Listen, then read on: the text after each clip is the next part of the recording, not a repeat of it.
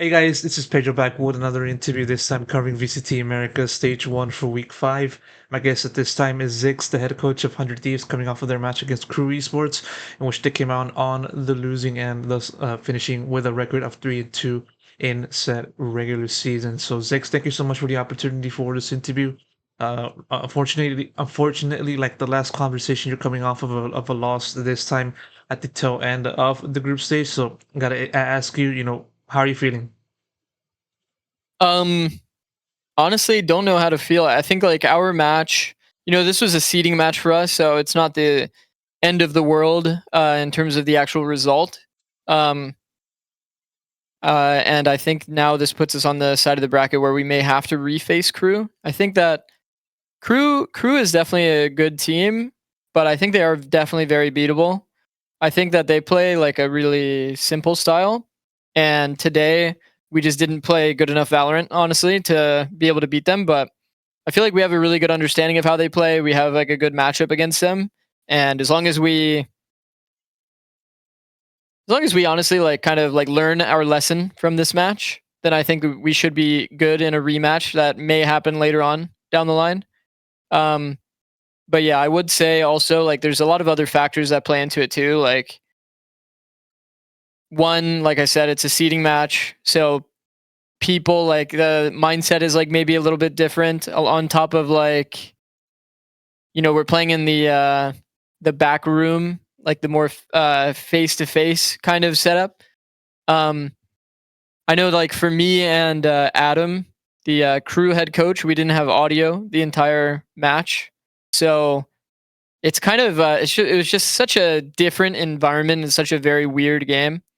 Um, and from the players' POV, it's like Cruz already had a rep inside of the back room, whereas like our team were like adjusting to it for the first time. So the beginning we were like thinking about the lights, then it turns into like audio issues, and now Boosty can barely hear audio while we're in there. So I mean, there's just a lot of factors that honestly go into it that definitely made that like not a great experience for us. But I would say overall, in terms of our play, we obviously made a lot of mistakes. So I don't want to like say that there's a lot of excuses for the reasons that we played the way that we played. There are definitely factors, and yeah, I would say overall didn't play the best Valorant today. We kind of knew exactly what they were doing, and sometimes it just worked against us anyway. So just have to work on that for next time. Uh, the way I'm kind of visualizing it right now is like, this match didn't mean too much, but it at least gave us some lessons that we could learn going into playoffs, which is, we'll have one off day and then we'll go into 3 more days of prac and then we'll play our match. We'll see who our opponent is. Maybe it's decided, maybe it's not decided. I think it's MIBR, but I'm not sure 100%. For that aspect, it is MIBR. That's going to be your upcoming opponent for the first round of the playoffs, and then also the winner of that match will go up against Crew. Potential rematch. We'll see about that in the future.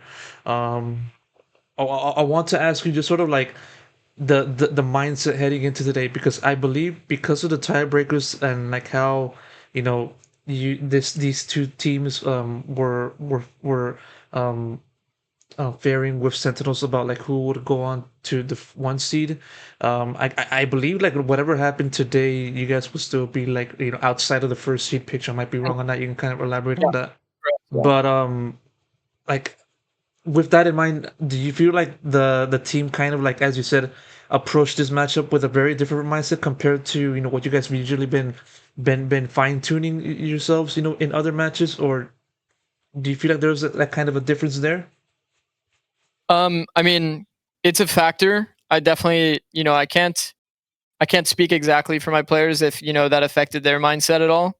I could definitely tell things were a bit more lax. People kind of knew there wasn't too much on the line outside of like, the one champs point, which obviously we would love to have the champs point, but yeah, it's just I think yeah, once again today was just a day of like many outside factors. It felt like just a lot of things that could easily affect like kind of how we think. And yeah, I mean it's unlucky, I'd say. It's unfortunate.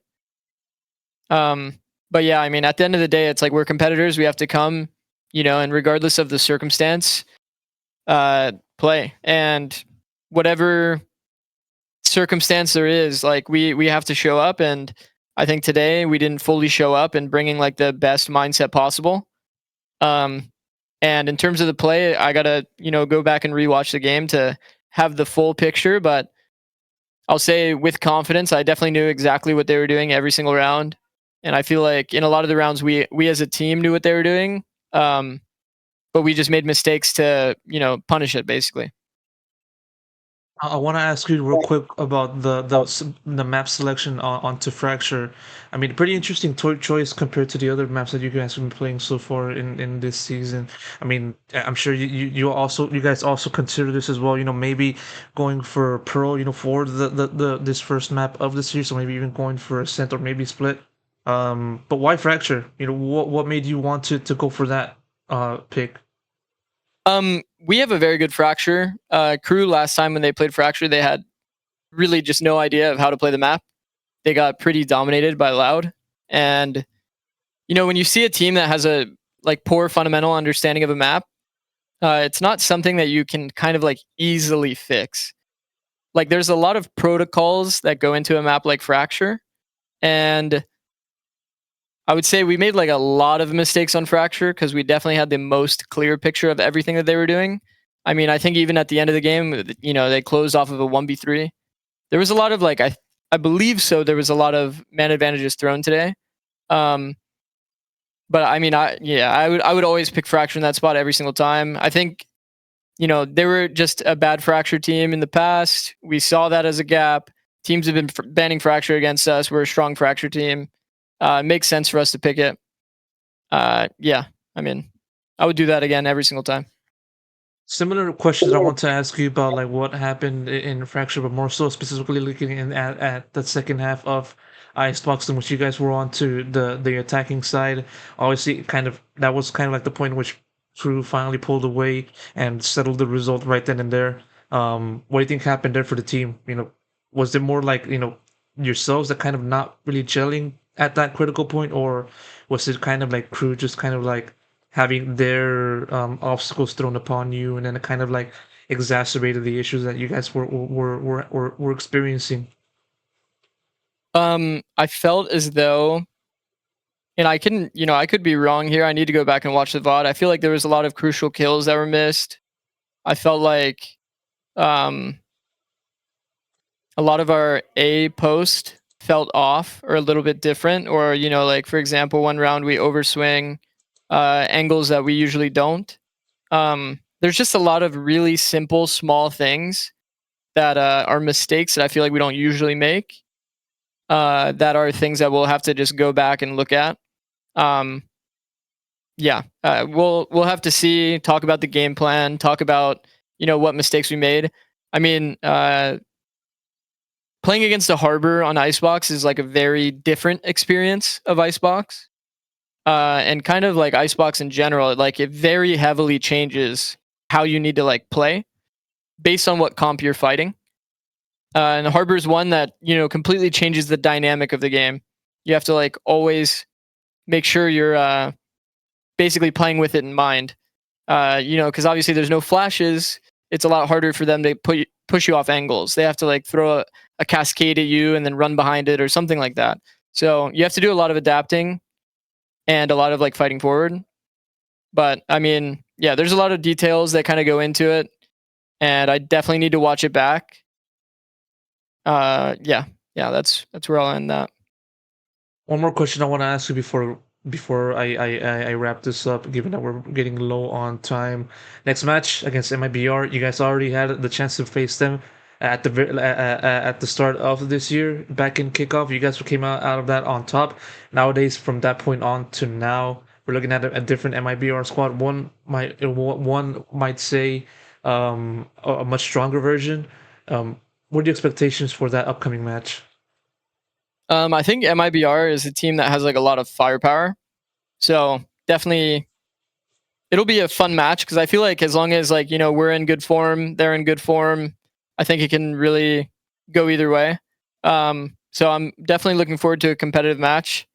I feel like our map pool is a lot better than it was back in kickoff. Back then, I believe we beat them on Split and some other map. I don't remember what the other map was, but we beat them on Split.